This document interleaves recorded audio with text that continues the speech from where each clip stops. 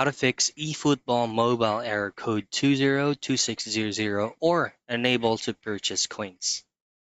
Now, the very first troubleshooting step that you need to do is to try and change your payment method directly from the game.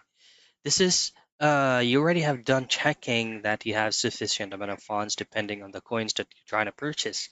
So if that specific error happens to you, just simply change your payment method and try to redo the purchase again.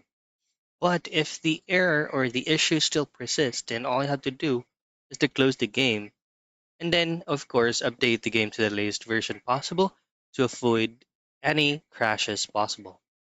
Next thing to do is to go into your eFootball application icon. Just simply tap and hold in it, and then go to the eye icon that will take you to app information on this game.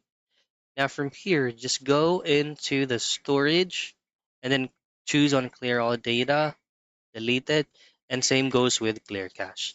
Now rerun the game again and try to repurchase the specific coins you're wanting to buy. And those are the troubleshooting steps on eFootball Mobile error code 202600 or unable to purchase coins.